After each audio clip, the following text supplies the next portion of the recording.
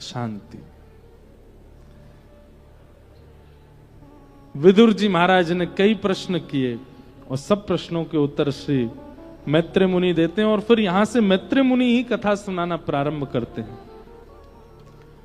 पृथ्वी के सृजन की कथा सुनाई गई। स्वयंभू मनु हुए, स्वयंभू मनु के 3 पुत्री 2 पुत्र हुए। बड़ी पुत्री का नाम आकुति, मझली का देवहूति, छोटी का प्रसूति।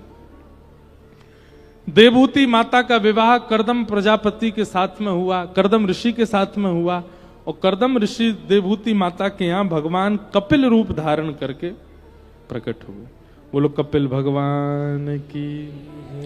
भगवान कपिल रूप धारण करके आए और देवहूति माता के अनेक संशयों का समाधान किया।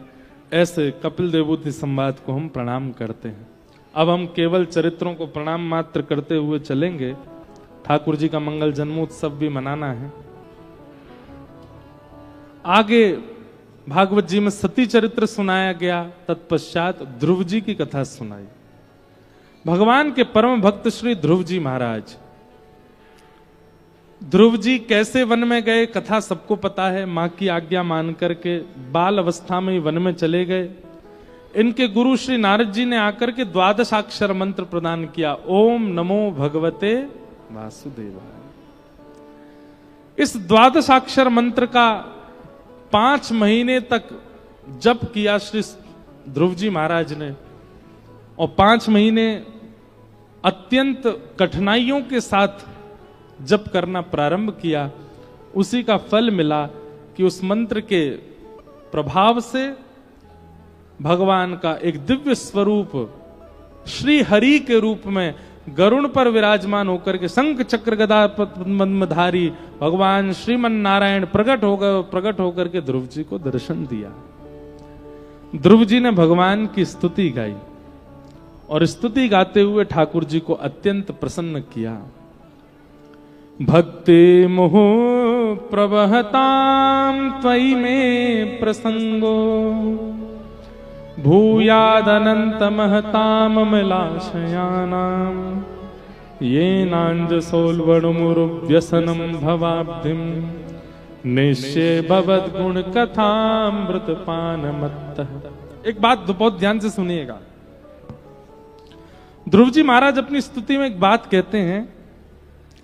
योऽन्तः प्रविश्य मम वाचमिमां प्रसुप्तां संजीवयत्यखिल शक्तिधर स्वधाम्ना अन्यांश हस्तचरण श्रवणत्वगादि प्राणान्नमो भगवते पुरुषाय तुभ्यम्।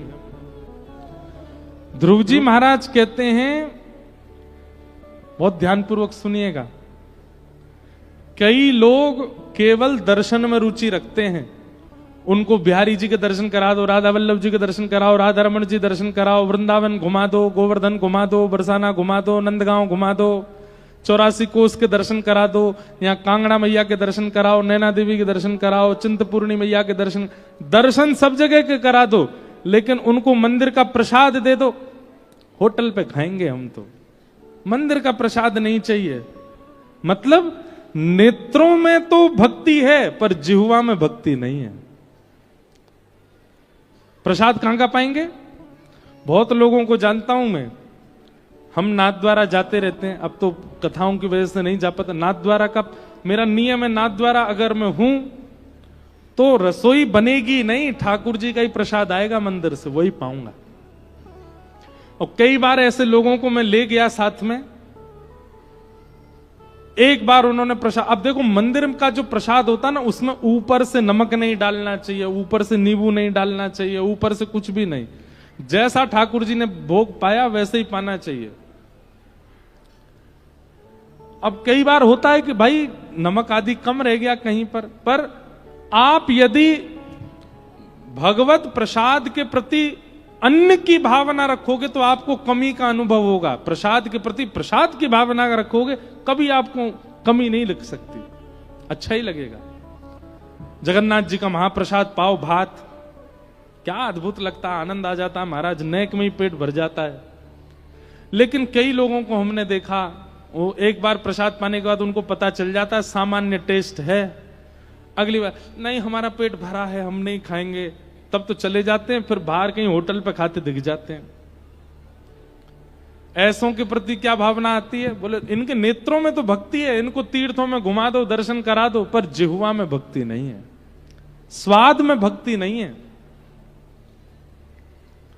कई लोगों के अलग ही है, उनसे कहो वृंदावन चलोगे, हम नहीं जा रहे। सुनो, प्रसाद लिया ना हमारे लिए, खुद नहीं जाएंगे दर्शन करने पर प्रसाद जरूर चाहिए, फोन और करेंगे। अब आए नहीं, अभी तक पेड़े नहीं लाए बिहारी जी के, राधा वल्लभ जी की खिचड़ी नहीं लेके आए हमारे लिए, बरसाने की रोटी नहीं लाए, कढ़ी नहीं लाए हमारे लिए।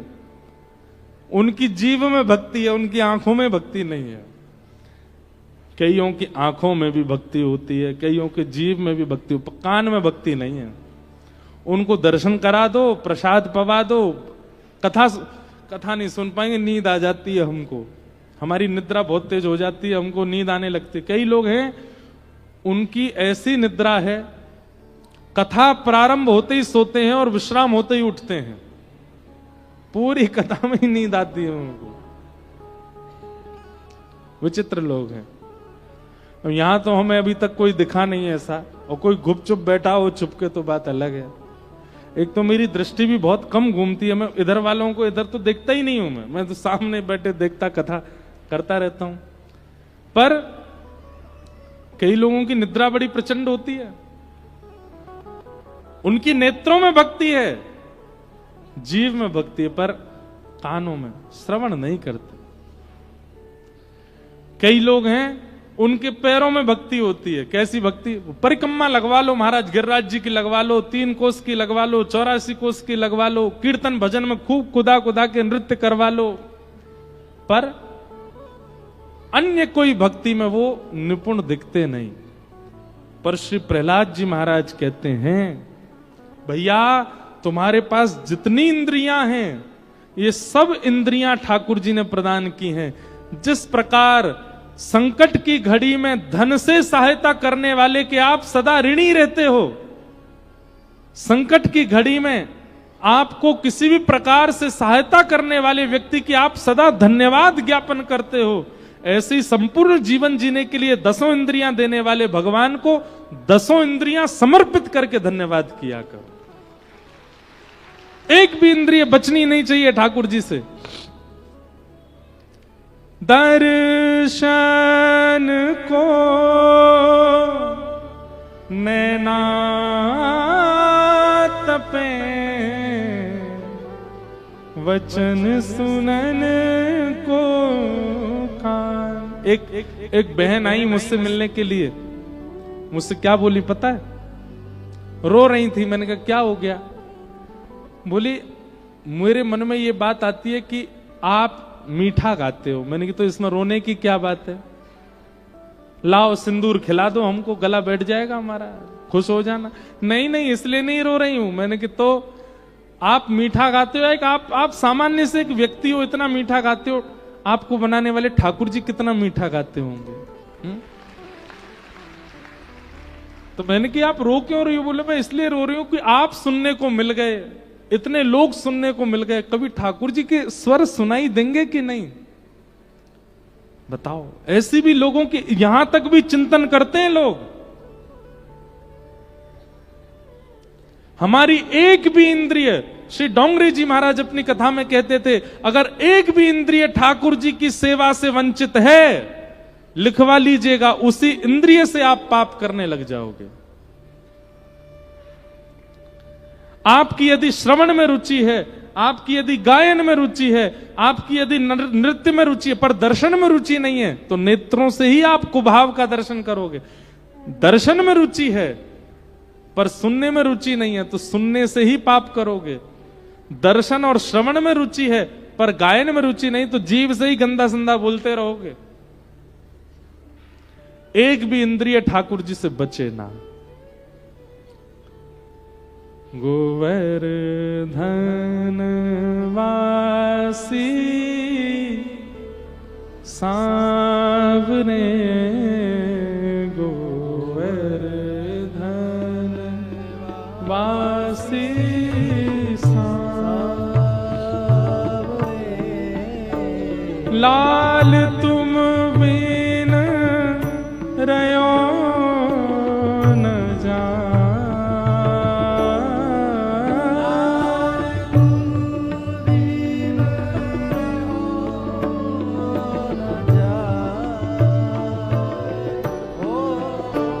लाल तुम बीन रहो न जाय रे गोवर्धन वासी सावरे गोवर्धन वासी सावरे दर्शन को नैना तपे वचन सुनन को कान हो दर्शन को नैना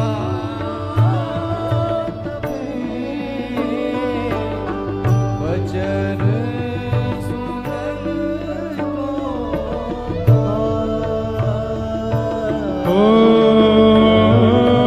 मिलवे को हियरा तपे हिय के जीवन प्राण गोवर्धन वासी सावरे गोवर्धन वासी मीराबाई कहती है दरस बिन दुखन लागे नैन दरस बिन दुखन लागे। हमारे ऐसे होता है कभी बहुत दिनों तक कथा ना सुनियो तो कानों में दर्द हो जाए, कभी होता है ऐसा? बहुत दिनों तक दर्शन ना हुए हो तो नेत्रों में जलन होने लग जाए, बहुत दिनों तक गिरिराज जी ना गए हो तो पैरों में भड़कन शुरू हो जाए, कब परिक्रमा लगाएंगे। हमारे साथ होता ही नहीं है ऐसा। ये तो प्रेम लक्षण जिनके चित्त में उन्हीं को होता है। दर्श बिन दुखन लागे नैन दर्श बिन। गाइए, क्या पता गाने से होने लगे, क्या पता इन पदों को गाने से हमारी इच्छा हो जाए जैसे मीराबाई की।